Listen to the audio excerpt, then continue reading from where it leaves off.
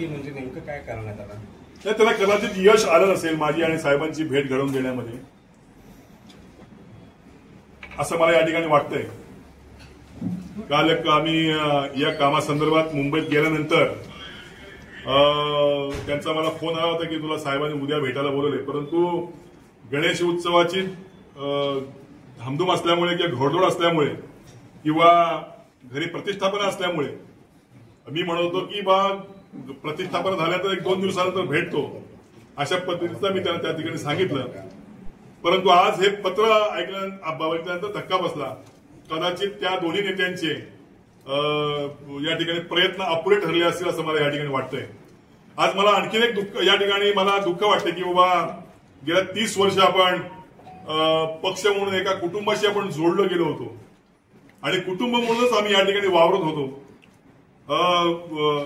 माझे जास्त संबंध हे अविनाश जाधव असतील, संदीप देशपांडे असतील, आमचा दिलीप बापू धोत्रे असतील, प्रकाशजी महाजन असतील, आमचा राजू दादा असेल, अभिजित पानसे असतील, आमचे अविनाश अभ्यंकर असतील किंवा माझे सगळे आमचे हाटे साहेब असतील किंवा सचिन असेल मोरे, या सर्वांशी अतिशय चांगले कौटुंबिक माझे नाते तयार झाली होती. आणि असंख्य महाराष्ट्र सैनिक आहेत जे माझ्या महाराष्ट्रामध्ये काम करतात, यांच्याशी कौटुंबिक संबंध माझे निर्माण झाले होते.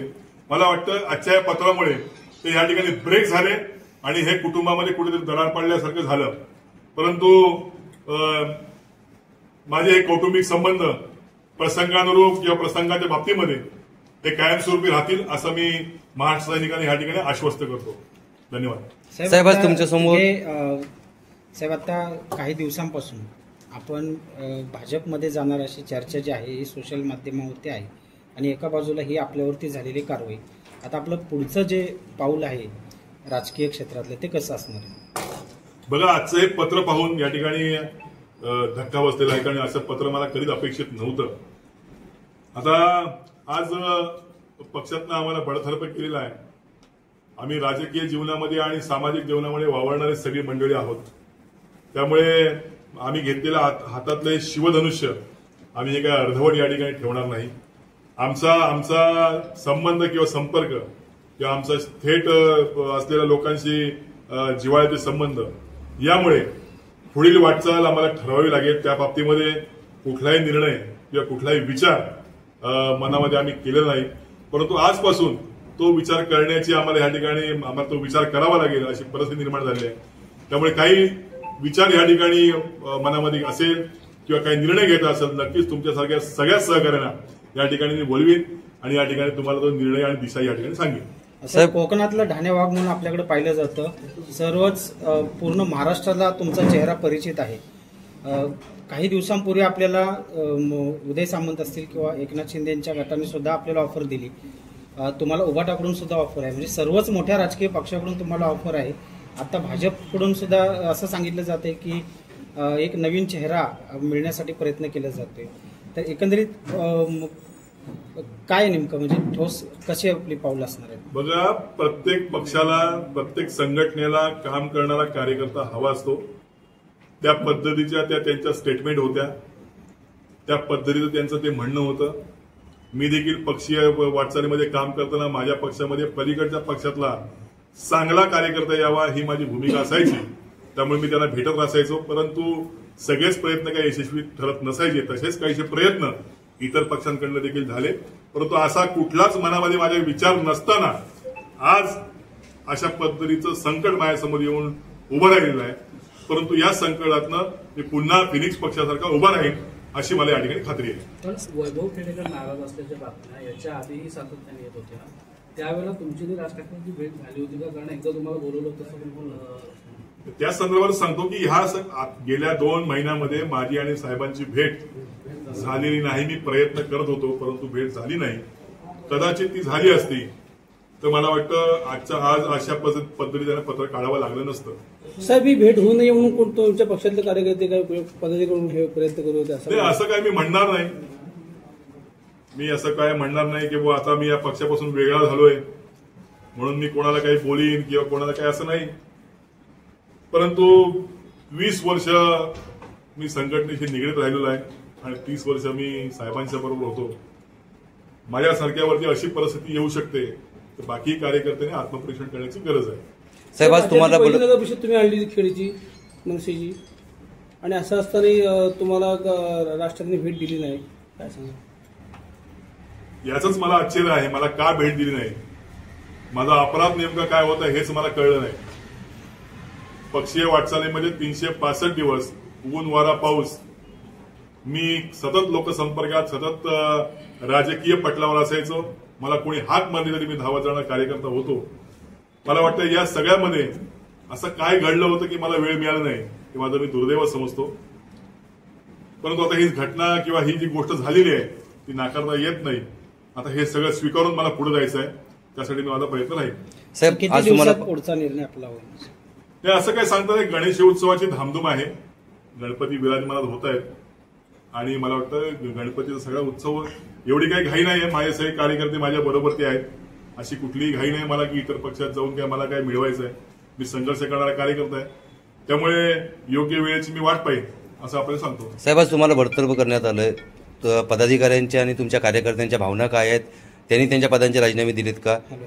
मग आता आमचे सगळे पदाधिकारी त्यांच्या इच्छेप्रमाणे, यांना कोणाला काय आम्ही जबरदस्ती करत नाही किंवा कोणाला काय बोलून सांगत नाहीये, पण ज्याला प्रत्येकाला वाटतंय ते आता राजीनामे देत आहेत आणि ते त्यांचा निर्णय घ्यायला सक्षम आहेत. साधारण किती पदाधिकाऱ्यांनी राजीनामे दिलेत किंवा नाही आता देतील ते, म्हणजे असं आज काय सलन काय काय नाही, ते आता देतील. ही प्रोसेस आहे, लॉंग प्रोसेस आहे. सर तुम्ही तुमच्या पदाधिकारी कार्यकर्त्यांची बैठक का बोलवणार का नाही? हो होणार ना, बैठक होणार, सगळं होणार, मेळावा होणार, सगळं होणार. माझे कार्यकर्ते माझ्या बरोबर आहेत, हे सगळं आपल्या समोर असेल आणि निश्चित हे सगळ्या गोष्टी होतील. मनसेमध्ये तुम्ही अगदी स्थापनेपासून काम करताय. राज ठाकरेंचे कट्टर समर्थक किंवा कोकणामध्ये मनसेचा चेहरा अशी तुमची ओळख होती. मग तुम्हाला ह्या वाटचालीमध्ये अचानक असा थांबा देण्या पक्षश्रेष्ठींनी जो दिलाय तो त्या संदर्भामध्ये यापूर्वी कोणत्या नेत्याकडनं तुम्हाला काही समजलं होतं की अशा प्रकारे तुमच्यावर कारवाई होऊ शकते? नाही, असं कुठल्याच नेत्याकडनं काही कारवाई होईल वगैरे अशा पद्धतीचं काही वातावरण नव्हतं. कारण मी त्या सर्कलमध्ये होतो, म्हणजे असं माझ्या आयुष्यामध्ये असं काय घटना घडेल अशा पद्धतीने कधी विचारही केला नव्हता. म्हणजे आज हे पत्र पडल्यानंतर मला सोशल मीडियावरनं माझ्या अनेक सहकार्याने मला फोन केला की हे कसं काय झालं. म्हटलं मीच अचंबित आहे की बा हे कसं झालं. आता ते झालंय ते झालंय, त्याला स्वीकारलं तर आपल्याला पाहिजे आणि पुढे गेलं पाहिजे.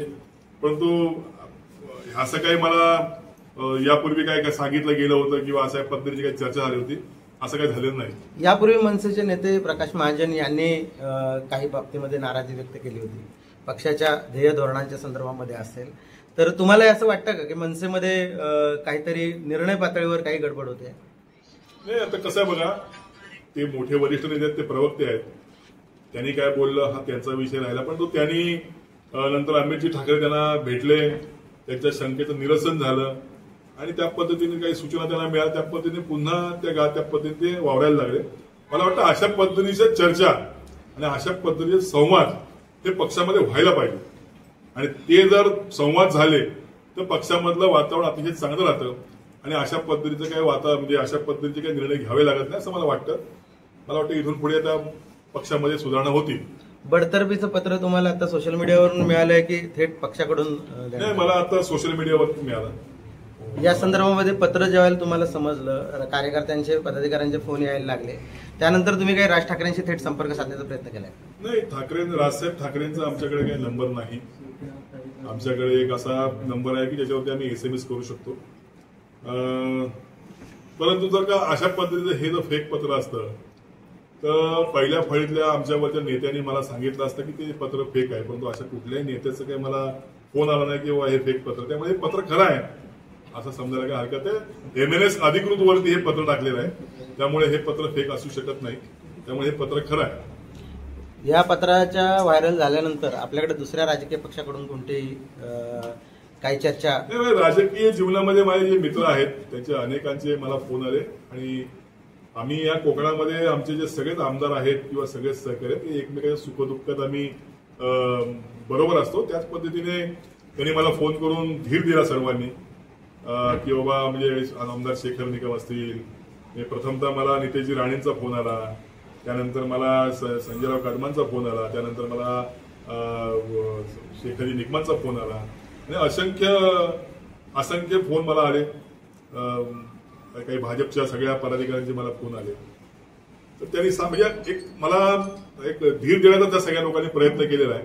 मी त्याचं ऋणी राहीन आणि राजकारणामधलं असं चांगलं वातावरण हे कोकणामध्येच पाहायला मिळतं. त्यामुळे निश्चित या सर्वांचं बळ घेऊन, शाब्दिक बळ घेऊन निश्चित मी पुढे जाण्याचा प्रयत्न करेन.